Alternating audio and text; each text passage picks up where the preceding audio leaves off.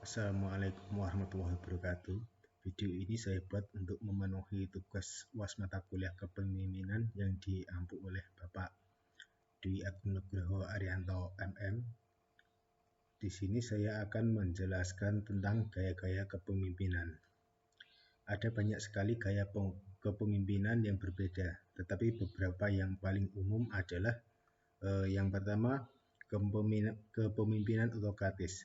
Pemimpin autokratis membuat sebuah keputusan sendiri dan tidak meminta masukan dari pengikutnya.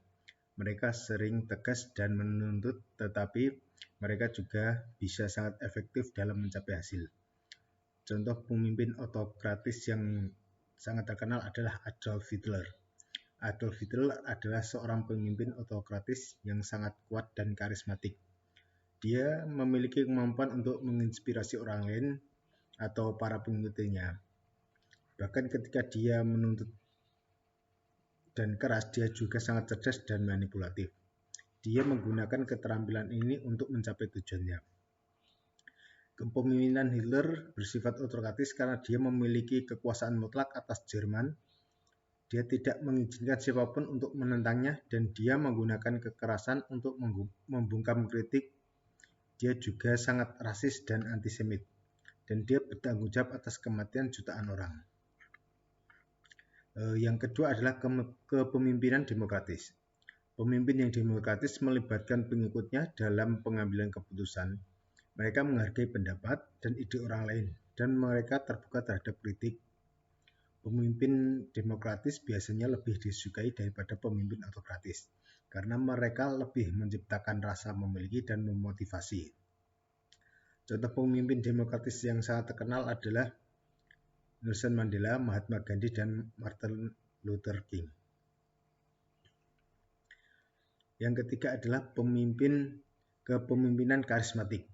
Kepemimpinan karismatik ini memiliki kemampuan untuk menarik dan menginspirasi orang lain. Mereka sering memiliki visi yang jelas untuk masa depan dan mereka dapat berkomunikasi dengan cara membuat orang lain percaya pada mereka. Pemimpin karismatik dapat menjadi sangat efektif dalam mencapai hasil, tetapi mereka juga bisa menjadi sangat berbahaya jika mereka tidak menggunakan kekuatannya untuk kebaikan. Contoh pemimpin karismatik yang terkenal adalah Soekarno. Kepemimpinan Bung Karno bersifat karismatik karena beliau memiliki kemampuan untuk menginspirasi orang lain untuk mengikutinya. Dia memiliki karisma yang kuat dan dia mampu berkomunikasi dengan cara yang membuat orang lain percaya kepadanya. Beliau juga sangat cerdas dan berpengetahuan luas, dan beliau memiliki visi yang jelas untuk masa depan Indonesia. Yang keempat adalah gaya kepemimpinan transaksional. Pemimpin transaksional menawarkan imbalan kepada pengikutnya untuk kinerja yang baik. Mereka sering menggunakan kekuasaan dan pengaruh untuk mendapatkan apa yang mereka inginkan. Pemimpin transaksional dapat menjadi efektif dalam mencapai hasil, tapi mereka tidak selalu menciptakan motivasi atau rasa memiliki yang kuat di antara pengikutnya. Contoh pemimpin transaksional yang terkenal adalah Donald Trump. Donald Trump adalah seorang pemimpin transaksional.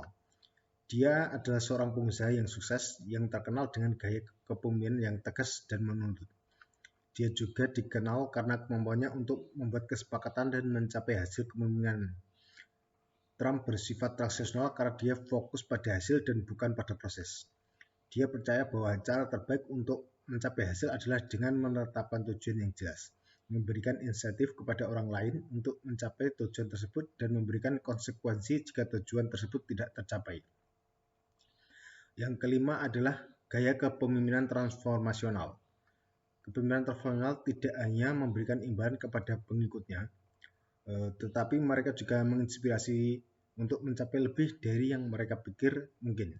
Mereka sering memiliki visi yang jelas untuk masa depan, dan mereka dapat berkomunikasi dengan cara yang membuat orang lain percaya pada mereka.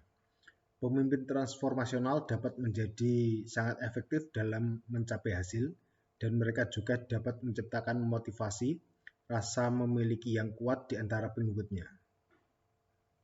Contoh pemimpin transformasional yang terkenal adalah Nelson Mandela. Kepemimpinan Nelson Mandela sendiri bersifat transformasional karena dia memiliki kemampuan untuk menginspirasi orang lain untuk mencapai lebih dari yang mereka pikir mungkin. Beliau memiliki visi yang jelas untuk masa depan Afrika Selatan yang adil dan damai, dan dia dapat menyatukan orang-orang dari berbagai latar belakang untuk bekerja sama demi mencapai visi tersebut. Gaya pemimpinan yang terbaik untuk situasi tertentu akan tergantung pada faktor-faktor tertentu seperti jenis tugas yang harus diselesaikan, tingkat pengalaman dan keterampilan pengikut atau anggotanya, serta budaya organisasi. Tidak ada satu gaya kepemimpinan yang cocok untuk semua, dan pemimpin yang sukses dapat menyesuaikan gaya mereka untuk memenuhi kebutuhan situasi tersebut. Materi ini saya jabarkan yang bersumber dari buku Leadership, Theory and Practice oleh John P. Kotter. Yang kedua adalah The Leadership Challenge oleh James Kouzes dan Barry Posner. Yang ketiga adalah buku The Leading oleh Warren Bennis. Serta artikel yang pertama itu The 10 Most Effective Leadership Style oleh Forbes. Yang kedua adalah artikel The 5 Types of Leadership Style and How to Use Them oleh Inc. Yang ketiga adalah artikel The Best Leadership Style for Different Situations oleh Psychology Today. Untuk materi yang selanjutnya adalah gaya kepemimpinan dengan perilaku individu. Kesesuaian gaya kepemimpinan dengan perilaku individu sendiri adalah faktor penting yang menentukan efektivitas kepemimpinan. Gaya kepemimpinan yang efektif akan dapat memotivasi dan menginspirasi pengikutnya untuk mencapai tujuan yang diinginkan. Gaya kepemimpinan yang tidak efektif akan dapat membuat pengikutnya menjadi tidak termotivasi dan tidak produktif. Kesesuaian gaya kepemimpinan dengan perilaku individu akan tergantung pada beberapa faktor, yaitu antara lain yang pertama adalah tingkat kematangan pengikut. Pengikut yang lebih matang akan lebih responsif terhadap gaya kepemimpinan yang demokratis atau transformasional. Pengikut yang kurang matang akan lebih responsif terhadap gaya kepemimpinan yang otokratis atau transaksional. Yang kedua adalah tingkat pengalaman pengikut. Pengikut yang berpengalaman akan lebih responsif terhadap gaya kepemimpinan yang demokratis atau transformasional. Pengikut yang kurang berpengalaman akan lebih responsif terhadap gaya kepemimpinan yang otokratis atau transaksional. Yang selanjutnya atau yang ketiga, budaya organisasi. Budaya organisasi sendiri berorientasi pada tugas yang akan lebih responsif terhadap gaya kepemimpinan yang otokratis atau transaksional. Untuk budaya yang berorientasi pada orang yang lebih responsif terhadap gaya kepemimpinan yang demokratis atau transformasional. Selanjutnya adalah contoh kesesuaian gaya kepemimpinan dengan perilaku individu. Sebuah tim yang terdiri dari karyawan berpengalaman dan dewasa akan lebih responsif terhadap gaya kepemimpinan yang demokratis atau transformasional. Pemimpin yang menggunakan gaya kepemimpinan ini akan dapat melibatkan karyawan dalam pengambilan keputusan dan menciptakan rasa memiliki dan memotivasi yang kuat di antara mereka. Yang selanjutnya, sebuah tim yang terdiri dari karyawan yang kurang berpengalaman dan kurang dewasa akan lebih responsif terhadap gaya kepemimpinan yang otokratis atau transaksional. Pemimpin yang menggunakan gaya kepemimpinan ini akan dapat memberikan arahan dan bimbingan yang jelas kepada karyawan dan menciptakan lingkungan kerja yang terstruktur dan disiplin. Yang selanjutnya yaitu sebuah organisasi yang berorientasi pada tugas akan lebih responsif terhadap gaya kepemimpinan yang otokratis atau transaksional.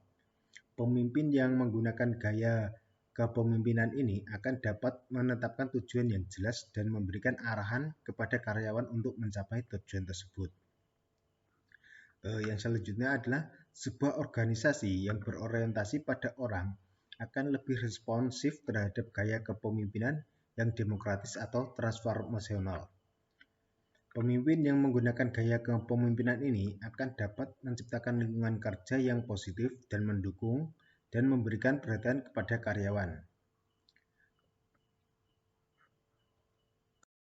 Berikut adalah beberapa tips yang dapat digunakan untuk gaya kepemimpinan dengan perilaku individu. Yang pertama, kenali pengikut Anda, apa yang mereka sukai, apa yang mereka benci, apa yang mereka butuhkan untuk termotivasi, ini harus diketahui. Yang selanjutnya, berikan arahan yang jelas. Pastikan untuk pengikut Anda tahu apa yang diharapkan dari mereka. Yang ketiga, beri mereka umpan balik yang konstruktif. Bantu mereka untuk meningkatkan kinerja mereka. Yang keempat, berikan mereka rasa hormat. Dengarkan mereka dan pertimbangkan pendapat mereka. Jadilah diri sendiri, jangan mencoba menjadi orang lain. Saya dapatkan dari sumber buku Leadership Theory and Practice oleh John P. Kotter, buku The Leadership Challenge oleh James Kouzes and Barry Posner, serta buku Leading oleh Warren Bennis. Sedangkan artikel yang digunakan adalah yang pertama The 10 Most Effective Leadership Style oleh Forbes, yang kedua The 5 Types of Leadership Style and How to Use Them oleh In, yang ketiga adalah artikel The Best Leadership Style for Different Situations oleh Psychology Today. Untuk materi yang selanjutnya adalah gaya kepemimpinan, kesesuaian gaya kepemimpinan dengan perilaku kelompok adalah faktor penting yang menentukan efektivitas kepemimpinan. Gaya kepemimpinan yang efektif akan dapat memotivasi dan menginspirasi pengikutnya untuk mencapai tujuan yang diinginkan. Gaya kepemimpinan yang tidak aktif akan dapat membuat pengikutnya menjadi tidak termotivasi dan tidak produktif. Kesesuaian gaya kepemimpinan dengan perilaku kelompok akan tergantung pada beberapa faktor, antara lain yang pertama adalah tingkat kematangan pengikut. Pengikut yang lebih matang akan lebih responsif terhadap gaya kepemimpinan yang demokratis atau transformasional. Pengikut yang kurang matang akan lebih responsif terhadap gaya kepemimpinan yang otokratis atau transaksional. Yang kedua, tingkat pengalaman pengikut. Pengikut yang lebih berpengalaman akan lebih responsif terhadap gaya kepemimpinan yang demokratis atau transformasional. Pengikut yang kurang berpengalaman akan lebih responsif terhadap gaya kepemimpinan yang otokratis atau transaksional. Yang ketiga adalah budaya organisasi.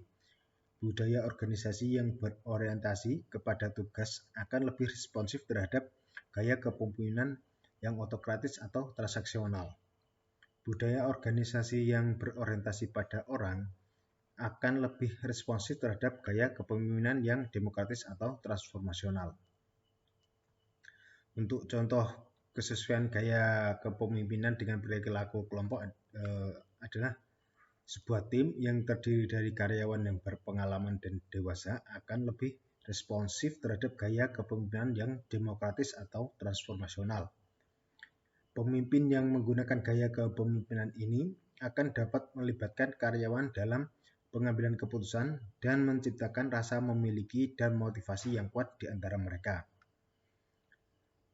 Contoh lainnya adalah sebuah tim yang terdiri dari karyawan yang kurang berpengalaman dan kurang dewasa akan lebih responsif terhadap gaya kepemimpinan yang otokratis atau transaksional. Pemimpin yang menggunakan gaya kepemimpinan ini akan dapat memberikan arahan dan bimbingan yang jelas kepada karyawan dan menciptakan lingkungan kerja yang terstruktur dan disiplin. Contoh selanjutnya adalah sebuah organisasi yang berorientasi pada tugas akan lebih responsif terhadap gaya kepemimpinan yang otokratis dan transaksional.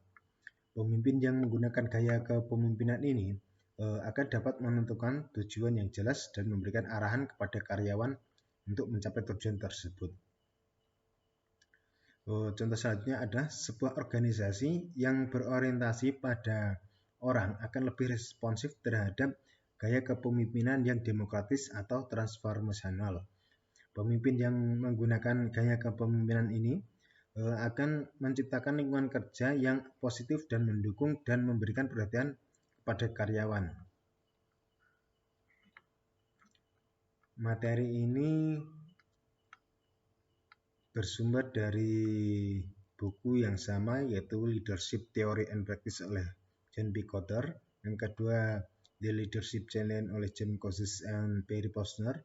Yang ketiga ada buku Leading oleh Warren Bennis, serta artikel yang pertama itu The 10 Most Effective Leadership Style oleh Forbes. Yang kedua, The 5 Types of Leadership Style and How to Use Them oleh In. Yang artikel ketiga yaitu The Best Leadership Style for Different Situations oleh Psychology Today. Untuk materi selanjutnya yaitu kecocokan gaya kepemimpinan dengan struktur organisasi dan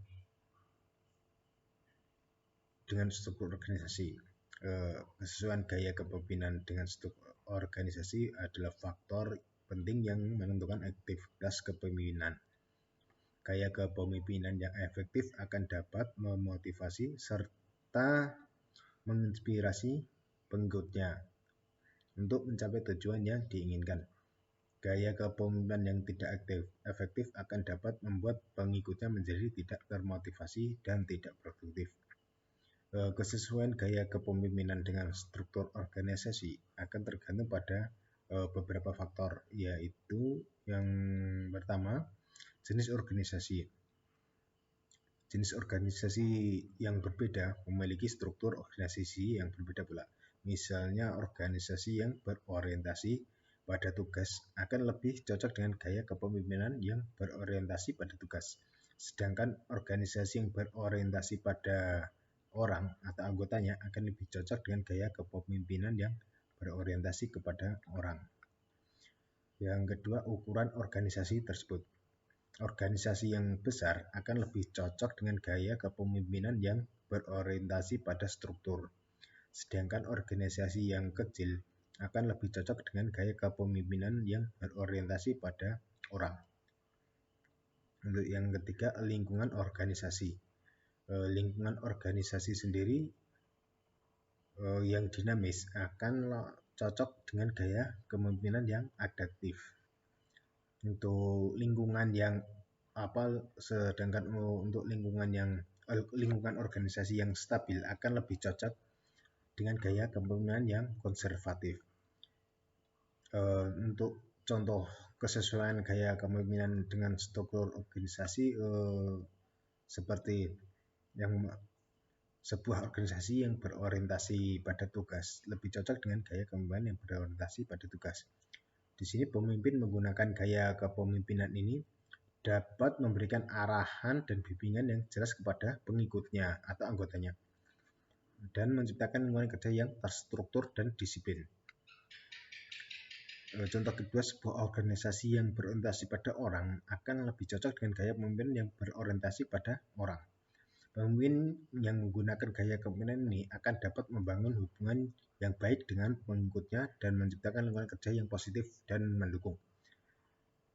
Contoh lainnya adalah sebuah organisasi besar lebih cocok dengan gaya kepemimpinan yang berorientasi pada struktur.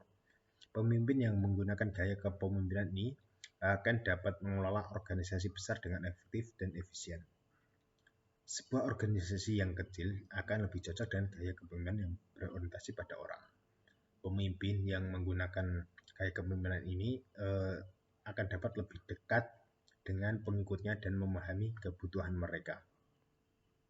Sebuah organisasi yang beroperasi dalam lingkungan yang dinamis akan lebih cocok dengan gaya kepemimpinan yang adaptif. Pemimpin yang menggunakan gaya kepemimpinan ini dapat menyesuaikan diri dengan perubahan yang cepat dan menciptakan lingkungan kerja yang inovatif.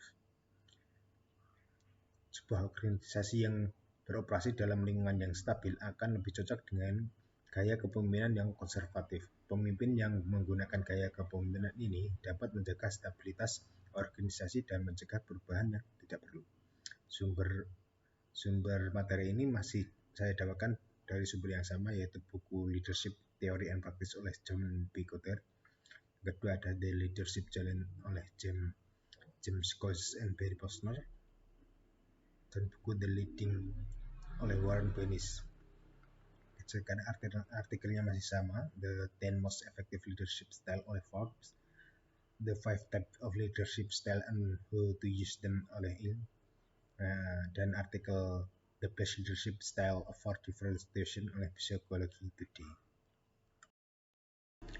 Untuk selanjutnya saya akan menjelaskan bagaimana cara seorang pemimpin dalam mengelola konflik dalam sebuah perusahaan. Dalam hal ini ada beberapa tips yang dapat digunakan. Yang pertama adalah kenali situasi.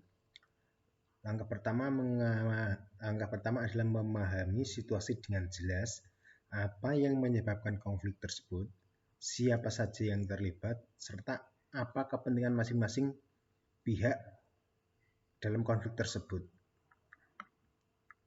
Yang kedua adalah fokus pada masalah, bukan pada orangnya. Penting untuk fokus pada masalah yang sebenarnya, bukan pada orang-orang yang terlibat dalam konflik tersebut. Ini akan membantu Anda untuk menjaga diskusi tetap objektif dan konstruktif. Yang ketiga adalah dengarkan semua pihak. Penting untuk memberikan kesepakatan bagi semua pihak untuk mengekspresikan pendapat mereka atau menyampaikan pendapat mereka. Ini akan membantu untuk memahami sudut pandang masing-masing pihak yang terlibat dalam konflik dan mencari solusi yang dapat diterima oleh semua orang. Yang keempat adalah bersikap objektif. Sebagai seorang pemimpin, penting untuk bersikap objektif dan tidak memihak dalam sebuah konflik. Ini akan membantu menciptakan lingkungan yang adil dan transparan. Untuk yang kelima adalah cari solusi yang dapat diterima oleh semua pihak. Tujuan dari manajemen konflik sendiri adalah untuk menemukan solusi yang dapat diterima oleh semua pihak. Ini mungkin tidak selalu mudah tergantung konflik yang dihadapi. Tetapi penting untuk terus mencari solusi sampai semua pihak yang terlibat dalam konflik merasa puas.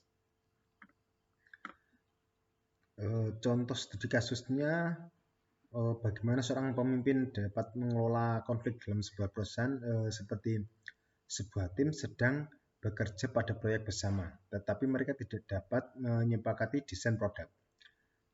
Tim tersebut terpecah menjadi dua kubu, masing-masing dengan ide yang berbeda-beda. Konflik ini mulai mempengaruhi moral tim dan produktivitas mereka. Sebagai seorang pemimpin harus memutuskan untuk mengadakan pertemuan dengan tim untuk membahas konflik tersebut. Dia harus meminta setiap anggota tim untuk mengekspresikan pendapat mereka dan mendengarkan semua pihak dengan cermat. Setelah semua pihak memiliki kesempatan untuk berbicara, pemimpin tim mulai mencari solusi yang dapat diterima oleh semua orang. Pemimpin tim akhirnya menemukan solusi yang dapat diterima oleh semua pihak. Solusi tersebut adalah menggunakan desain produk yang menggabungkan ide dari kedua pihak atau pihak-pihak yang berkonflik. Tim tersebut puas dengan solusi tersebut dan mereka dapat melanjutkan proyek dengan lancar.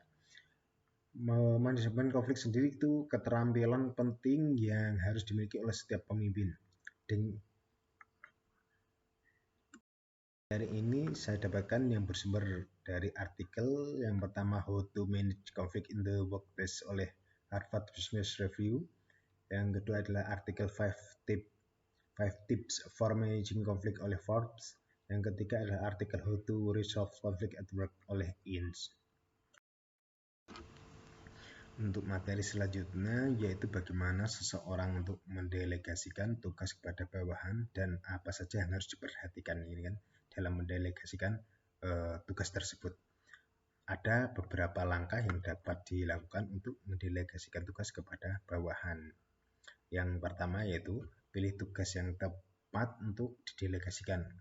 Tidak semua tugas cocok untuk didelegasikan. Pastikan tugas tersebut adalah tugas yang dapat dilakukan oleh bawahan tersebut dan bukan tugas yang hanya bisa Anda lakukan. Berarti Anda harus pahami bahwa tugas tersebut dapat dilakukan oleh bawahan Anda. Yang kedua itu, jelaskan tugas dengan baik. Pastikan bahwa Anda ini memahami apa yang Anda harapkan dari mereka.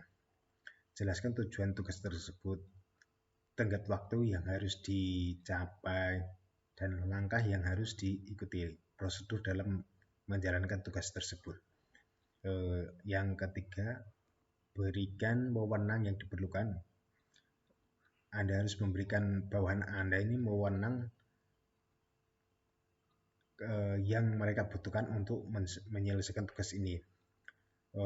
Seperti mungkin termasuk akses ke sumber daya informasi dan orang-orang, supaya bawahan Anda ini dalam menjalankan tugasnya mempunyai wewenang untuk mendapatkan informasi dalam penyelesaian tugasnya tersebut.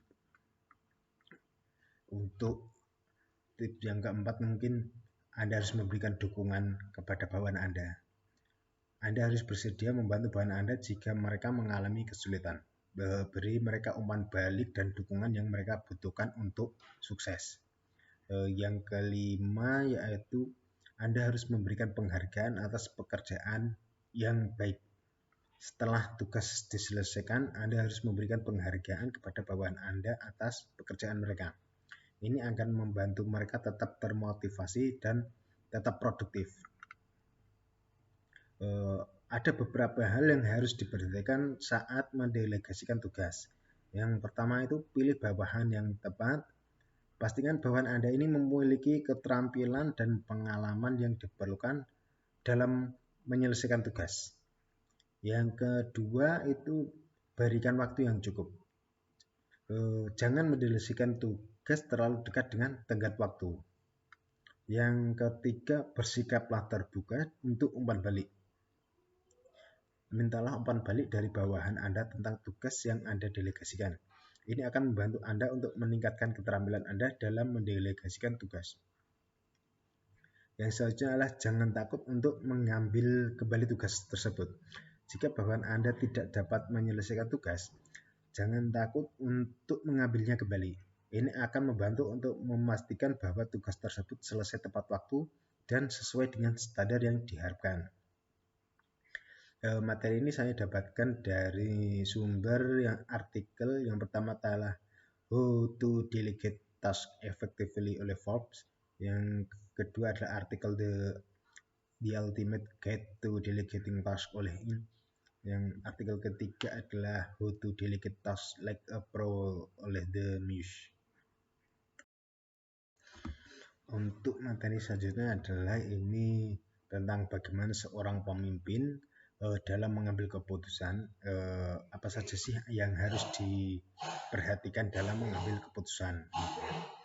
Di sini ada beberapa tips tentang cara seorang pemimpin dalam mengambil keputusan.